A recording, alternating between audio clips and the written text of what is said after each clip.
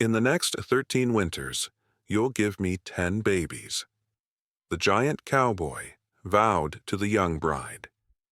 The raw-boned cabin stood alone in a vast, unforgiving valley, a place exuding profound isolation, simmering dread, and a chilling silence. Alara clutched the wildflowers in her hand, their petals already wilting. This was her wedding day. Her groom, Silas, was a man built of mountain rock and gristle, his shadow alone enough to swallow her whole. He had traded 3 prime horses and a winter's worth of pelts for her. She was just another asset for his homestead. Her secret goal wasn't love or even happiness. It was simply to endure. He took her chin in a calloused hand, his voice a low rumble like stones grinding together. The winters here are hard. He vowed not to her, but at her. In the next 13, you'll give me 10 sons to tame this place. The words were not a promise. They were a sentence. How do you survive a man who sees you not as a wife, but as a womb, to build his dynasty? What do you believe is the true measure of strength in this unforgiving West? Share your thoughts in the comments. I'd love to hear your perspective on whether real power is found in the hand that can destroy a person or in the one that has the courage to heal them. The valley was a raw, open wound in the earth, and the wind that scoured it was a blade of ice. It peeled the last clinging leaves from the aspens and whistled a lonesome, hungry tune through the cracks of the new-built cabin. This was Silas's kingdom, and today it became Alara's cage. She sat on a rough-hewn bench, her knuckles white around a small clutch of prairie wildflowers, their purple heads already bowing to the cold. The preacher, a traveling man with fear in his eyes, had rushed through his words, the Holy Scripture tasting thin and powerless against the crushing weight of the wilderness. This was not a marriage. It was a transaction sealed with the deed to her father's drought-starved quarter section and a promise of winter supplies for the settlement. She was a sapling, bartered to a mountain, and the mountain was her groom. Silas stood by the empty hearth, his back to them so vast he blocked the light from the single window. He was a man carved from the gristle and granite of the land itself, with shoulders as broad as an axe handle is long, and hands that looked capable of snapping a young pine in two. He had not spoken a word to her.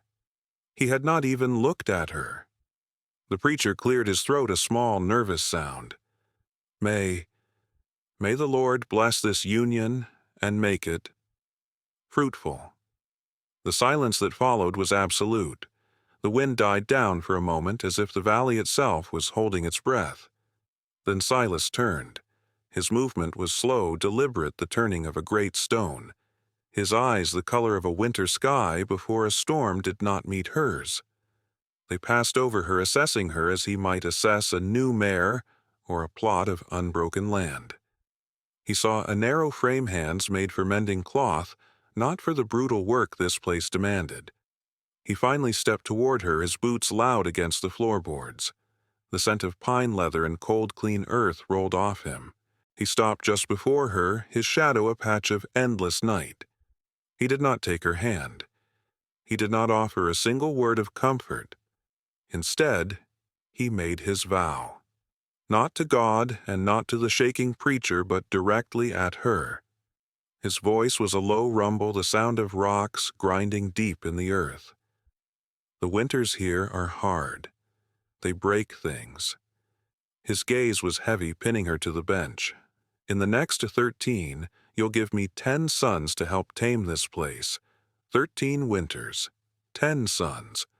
The words were stones dropped into the fragile pool of her soul. The preacher flinched. Alara felt the last bit of warmth leave her body. It wasn't a hope. It wasn't a dream. It was a command. A sentence. The wildflowers slipped from her numb fingers and scattered across the dusty floor. Well, then her father stammered, his face pale, as he rose to his feet, refusing to look at the flowers, refusing to look at his daughter. The deal is struck. We'll be heading back before the snows. They left. The preacher, her father, the 2 men from the settlement. They mounted their horses and rode away without a backward glance, their shapes shrinking against the vast, indifferent landscape until they were nothing. She was alone with him. The silence in the cabin was now a living thing. It was heavier than the timbered roof, colder than the wind.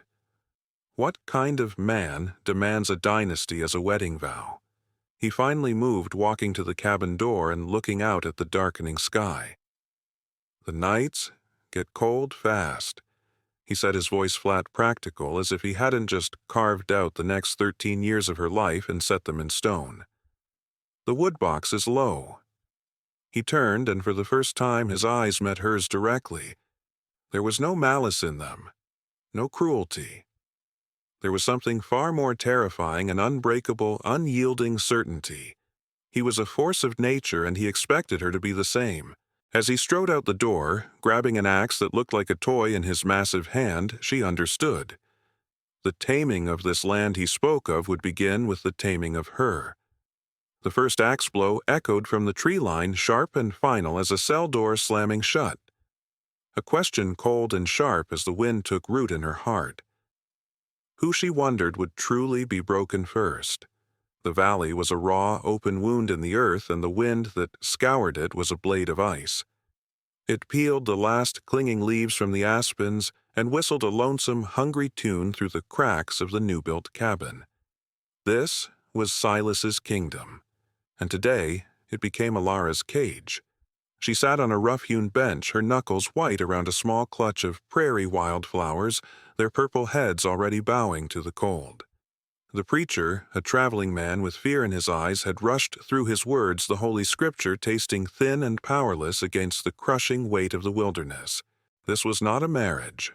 It was a transaction sealed with the deed to her father's drought-starved quarter section and a promise of winter supplies for the settlement. She was a sapling bartered to a mountain, and the mountain was her groom. Silas stood by the empty hearth, his back to them so vast he blocked the light from the single window. He was a man carved from the gristle and granite of the land itself, with shoulders as broad as an axe handle is long, and hands that looked capable of snapping a young pine in two.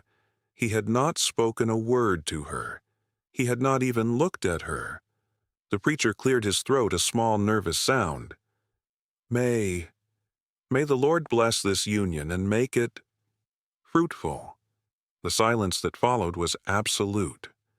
The wind died down for a moment as if the valley itself was holding its breath. Then Silas turned. His movement was slow, deliberate, the turning of a great stone. His eyes the color of a winter sky before a storm did not meet hers. They passed over her, assessing her as he might assess a new mare or a plot of unbroken land. He saw a narrow frame, hands made for mending cloth, not for the brutal work this place demanded. He finally stepped toward her, his boots loud against the floorboards. The scent of pine leather and cold, clean earth rolled off him. He stopped just before her, his shadow a patch of endless night. He did not take her hand. He did not offer a single word of comfort. Instead, he made his vow.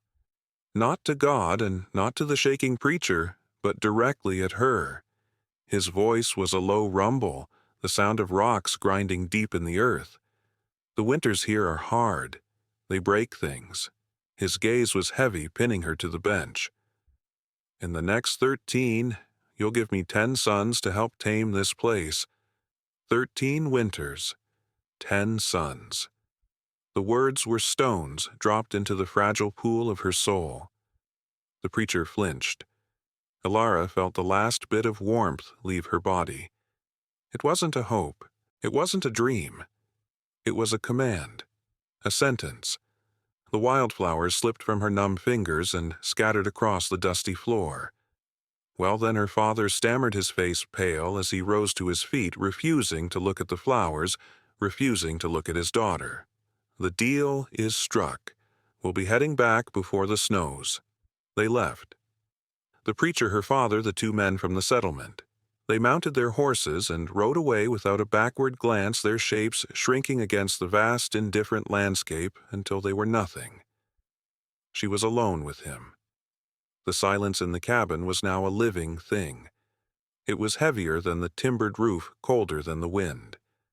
What kind of man demands a dynasty as a wedding vow? He finally moved, walking to the cabin door and looking out at the darkening sky. The nights get cold fast, he said, his voice flat, practical, as if he hadn't just carved out the next 13 years of her life and set them in stone. The wood box is low. He turned, and for the first time his eyes met hers directly. There was no malice in them, no cruelty. There was something far more terrifying and unbreakable, unyielding certainty. He was a force of nature, and he expected her to be the same. As he strode out the door, grabbing an axe that looked like a toy in his massive hand, she understood. The taming of this land he spoke of would begin with the taming of her. The first axe blow echoed from the tree line, sharp and final as a cell door slamming shut. A question, cold and sharp, as the wind took root in her heart. Who, she wondered, would truly be broken first? The axe fell with a rhythm as steady as a beating heart. Thump, crack, thump, crack. It was the only sound in the vast empty world, the only proof that she was not entirely alone. Alara learned to measure her days by it. The sound of his labor was the sound of their survival.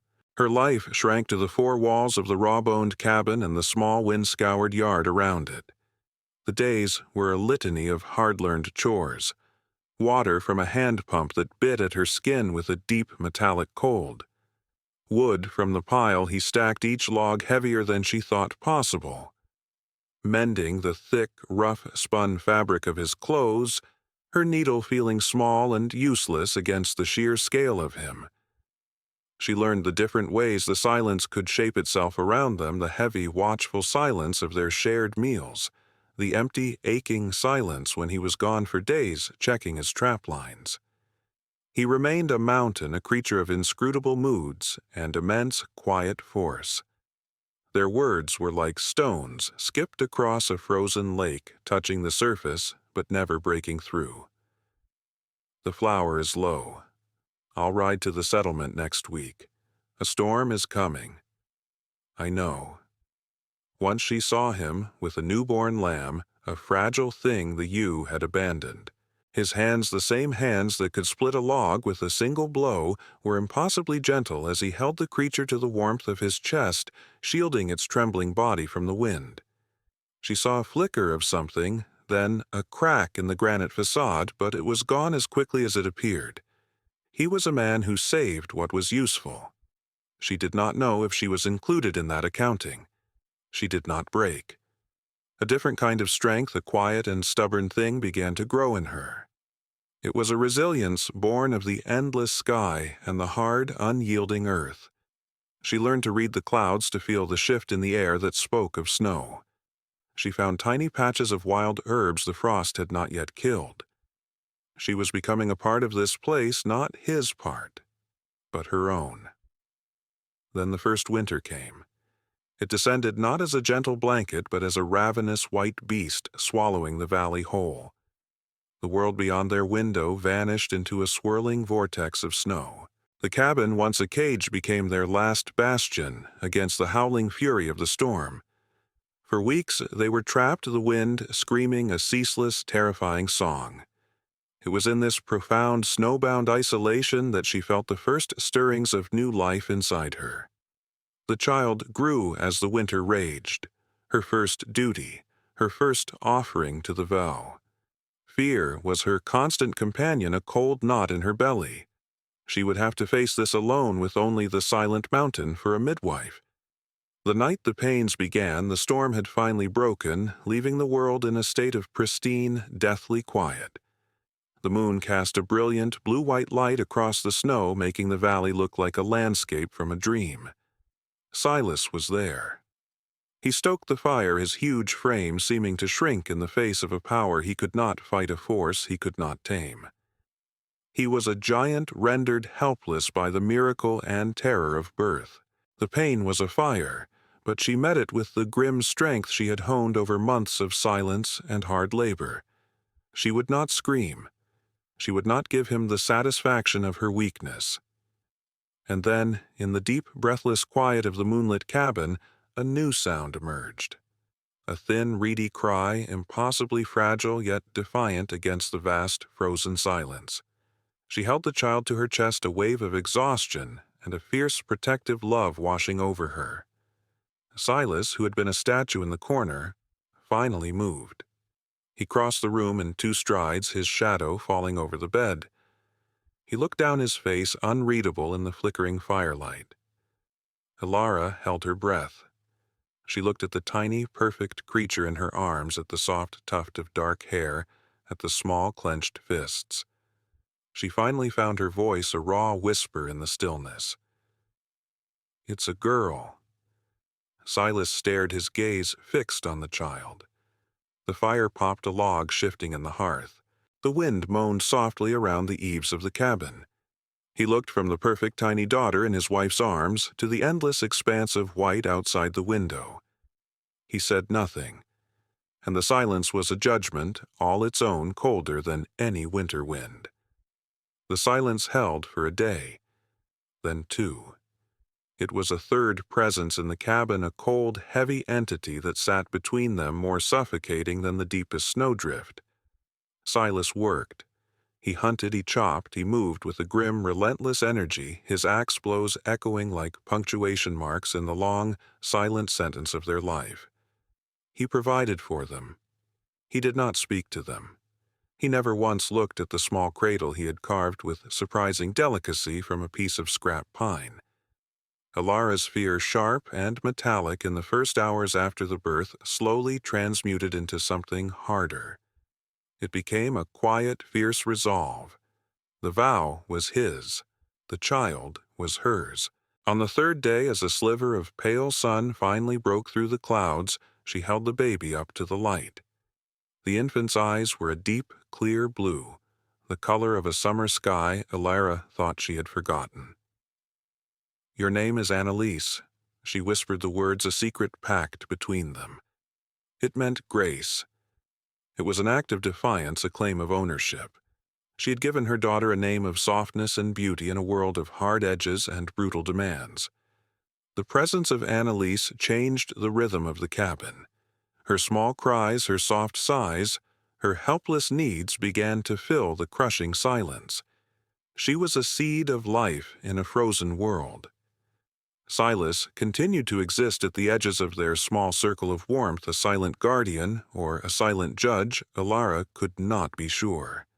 He was a mountain that tolerated a wildflower growing at its base. He would not crush it, but nor would he acknowledge its bloom. The winter broke, giving way to a muddy, green-smelling spring. Annalise grew. She was a serious child with her father's watchful eyes and her mother's quiet strength. Ilara saw Silas watch her sometimes when he thought no one was looking. He would watch as the little girl took her first stumbling steps, his great hands resting on his knees, flexing and unflexing, the only sign of the turmoil within. But he never reached for her. Another year passed. The seasons turned each a rotation in the relentless grinding mechanism of the vow. The second winter brought with it the now familiar isolation and another pregnancy. This time Ilara was not afraid. She was a veteran of this silent war. The birth was quicker, easier. She knew the rhythms of her own body now. When the second child's cry filled the cabin, Silas was there, his shadow a familiar presence in the corner. It was another girl. Ilara named her Bryn, a name that meant hill. Strong, unmovable. She now had her grace and her hill, her own small mountain range to stand against his. She waited for his reaction, for the silence to deepen, for the disappointment to finally curdle into a tangible anger. But it did not come. Something had shifted, a subtle, almost imperceptible change in the cabin's atmosphere. The pressure had not lessened, but its nature had changed. The moment of revelation came on a quiet autumn evening. Annalise, now a sturdy toddler, was sitting by the hearth, carefully stacking small stones for her baby sister. One of the towers collapsed, and Bryn let out a small cry of frustration. Annalise, without a moment's hesitation, wrapped her small arms around her sister in a clumsy, comforting hug, patting her back with a miniature, solemn version of a gesture she had only ever seen from her mother. Elara, mending a shirt by the firelight, watched them, her heart aching with a fierce, protective love. Then she felt it. A gaze from the shadows. Silas stood in the doorway, a freshly dressed rabbit hanging from his hand. He was watching his daughters, and on his face in the flickering light was an expression she had never seen before. It was not anger. It was not disappointment. It was a profound, aching confusion, as if he were witnessing a form of strength he had never known existed, a power not of muscle and bone, but of an unbreakable, tender bond. He saw his wife in them. He saw the grace and the hill. Later that night, Bryn developed a cough, a harsh barking sound that tore at Elara's peace. As she was preparing a simple steam of hot water, Silas spoke from the darkness. His voice was a low rasp. "She needs a poultice, pine tar and yarrow." Elara froze her hand, hovering over the kettle. How did you know that?" There was a long pause, filled only by the sound of the child's ragged breathing. "My mother used it," he said, and the 3 words were the most he had shared of himself in 2 years. He walked to the medicine shelf, his movements sure, and began to prepare it himself. She was pregnant again. The 3rd child in as many years. 2 daughters, 8 sons to go in the 10 winters that remained. The Vow's impossible arithmetic hung over them, a storm cloud that refused to break. He had shown a flicker of something new, a hint of a man separate from the mountain. But she had seen how this land could turn a flicker of warmth into ash, and a man's pride, once spoken aloud, could be the most unforgiving winter of all. The 3rd pregnancy was a quiet, weary acceptance. The land had its seasons, and her body had its own inexorable rhythm bound to the vow he had made. The 4th winter was mild, a brief respite from the brutal cold of the years before, as if the valley itself was holding its breath, waiting. Elara felt the life within her move, a strong and insistent presence, and she no longer wondered what Silas would do.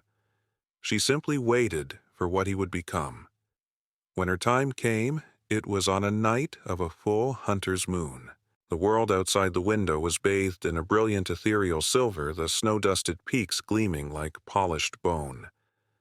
The birth was a familiar fire, a trial she now knew how to walk through. Silas was a different man this time.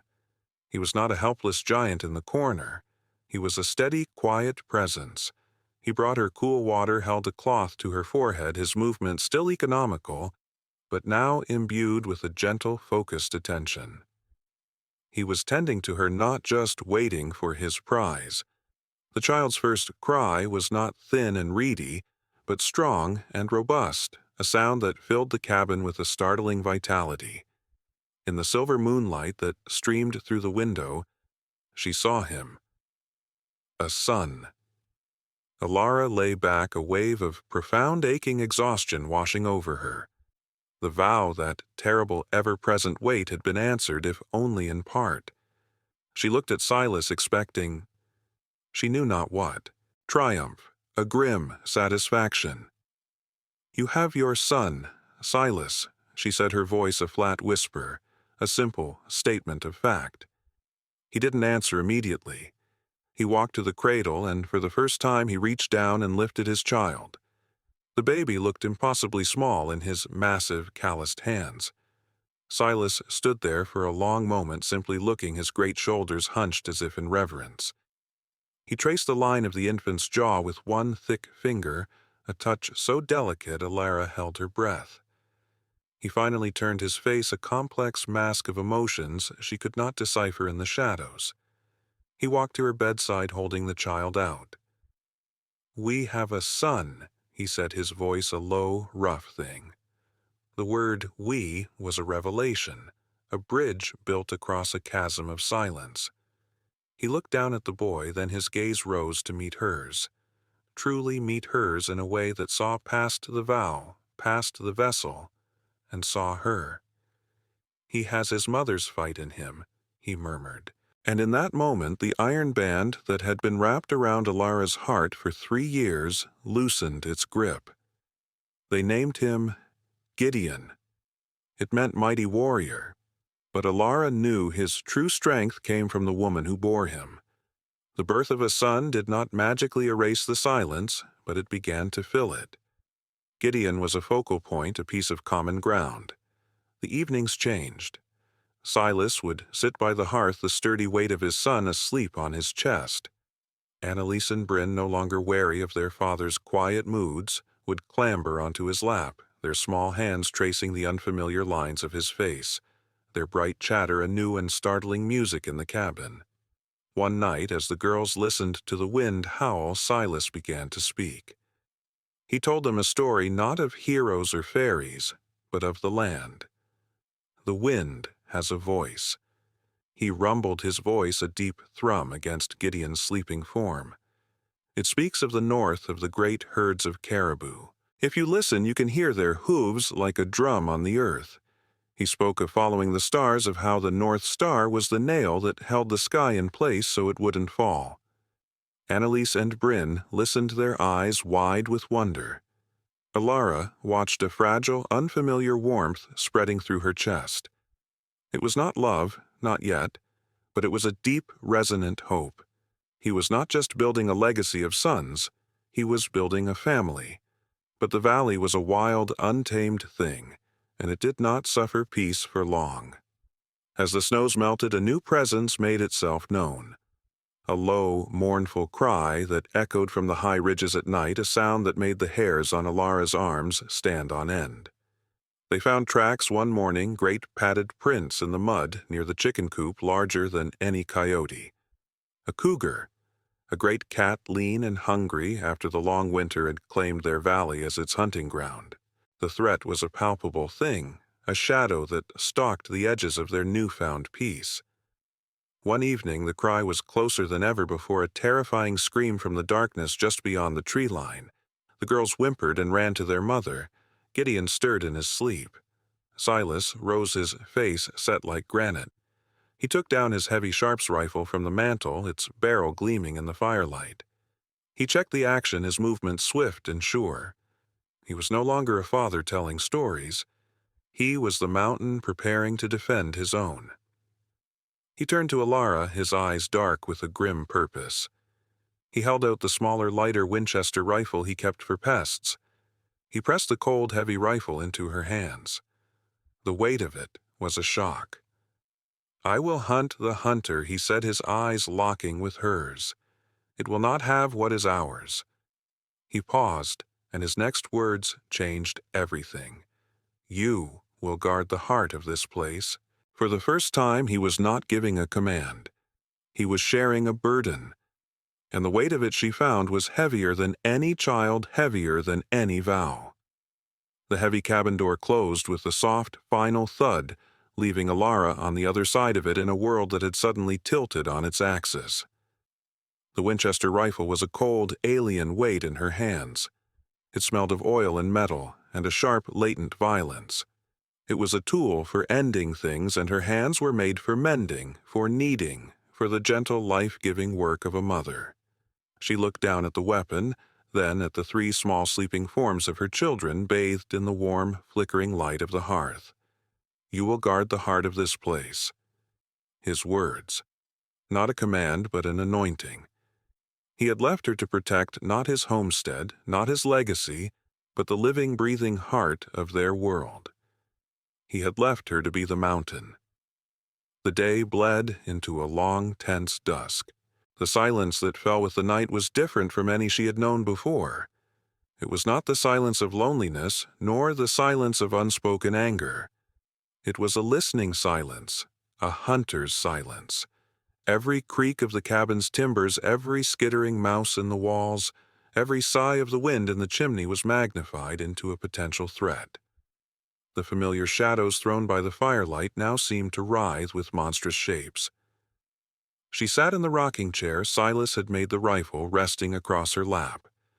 She did not sleep. She watched. She listened.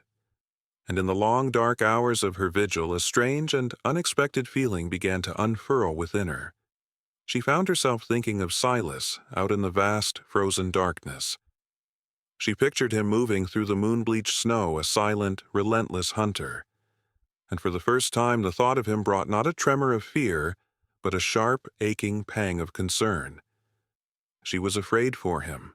She prayed for his safety, a prayer that was a quiet, startling revelation to her own heart. The vow for 10 sons seemed a distant, foolish echo from a lifetime ago, a demand made by a stranger. The man out in the dark was her husband, the father of her children, and she wanted him to come home. A soft scratching sound at the door made her heart leap into her throat. It was faint, tentative. Not the heavy paw of a great cat, but something smaller. She froze her knuckles white on the rifle stock. The scratching came again, more insistent this time. A low whimper followed. Annalise, sleepwalking, stood by the door, her small hand reaching for the latch, her eyes clouded with a bad dream. Alara scooped her up before she could make a sound, her own heart hammering against her ribs. She carried her back to her cot, tucking the blankets tight, her touch a shield against the terrors of the night, both seen and unseen. It was just after midnight when she saw it. She had been staring out the window for so long that the landscape of snow and shadow had begun to feel like a dream. Then a flicker of movement. Not a dream. At the far edge of the clearing, a shape emerged from the darkness of the pines. It was long, sleek, and moved with a liquid, terrifying grace. The cougar. It stood for a moment, a perfect, powerful silhouette against the snow, its head raised, testing the air. Its eyes caught the faint light from the cabin window and seemed to glow with a cold, green fire. The world narrowed to that single, predatory form. Her breath caught in her chest. Her hands, slick with sweat, tightened on the rifle. This was it. The moment of the test. She rose slowly, silently, her movements fluid. She was no longer just a wife, just a mother. She was the guardian. She pressed the rifle stock against her shoulder, the cold wood, a shocking, solid reality. She centered the iron sights on the glowing eyes, her body trembling, not with fear, but with a fierce, primal surge of protective fury. The cougar took a step forward. The rifle's report was a deafening, violent explosion that shattered the sacred quiet of the cabin. The recoil slammed her shoulder, and for a moment the world was a chaos of brilliant light and roaring sound. When she could see again, the clearing was empty. The cat was gone. The night was silent again, save for the high-pitched ringing in her ears and the frantic, wild beating of her own heart. She didn't know if she had hit it, or merely scared it away into the darkness. There was no body. There was no cry of pain. There was only the smell of gunpowder and the vast, listening silence of the valley. Then a new sound cut through the stillness, the crunch of a heavy footstep in the snow just beyond the door. It was too soon for it to be Silas. Wasn't it? The footstep was heavy, deliberate, unhurried, not the sound of a wounded beast. Alara's heart hammered against her ribs, a frantic drumbeat in the sudden ringing silence. She raised the rifle again, the barrel trembling, and pointed it toward the door as a large shadow fell across the window. Alara. His voice. A low rumble, rough with weariness, but it was his. Relief washed over her in a wave so powerful, her knees nearly buckled. She stumbled to the door, her hands fumbling with the heavy bar. She pulled it open, and he was there. Silas stood on the threshold, a giant of a man bathed in the cold, silver light of the moon. He was not unmarked. A long, shallow scratch ran down his cheek, and his coat was torn at the shoulder. But it was what he dragged behind him that made her gasp. The cougar, its magnificent tawny body was limp, a line of dark blood stark against the snow. He hauled the great cat into the cabin, the body landing on the floorboards with a heavy, final thud. The children, woken by the gunshot, whimpered from their beds at the sight of the dead predator, its green eyes now glassy and dull. It ran. Silas said, his voice a low rasp. Your shot spooked it. I tracked it for a mile. It was bleeding out. He knelt, his massive form dwarfing the beast. He ran a hand over its flank, and then his fingers found it a small, neat hole just behind the shoulder. He looked up at her, his face a mask of something she had never seen before.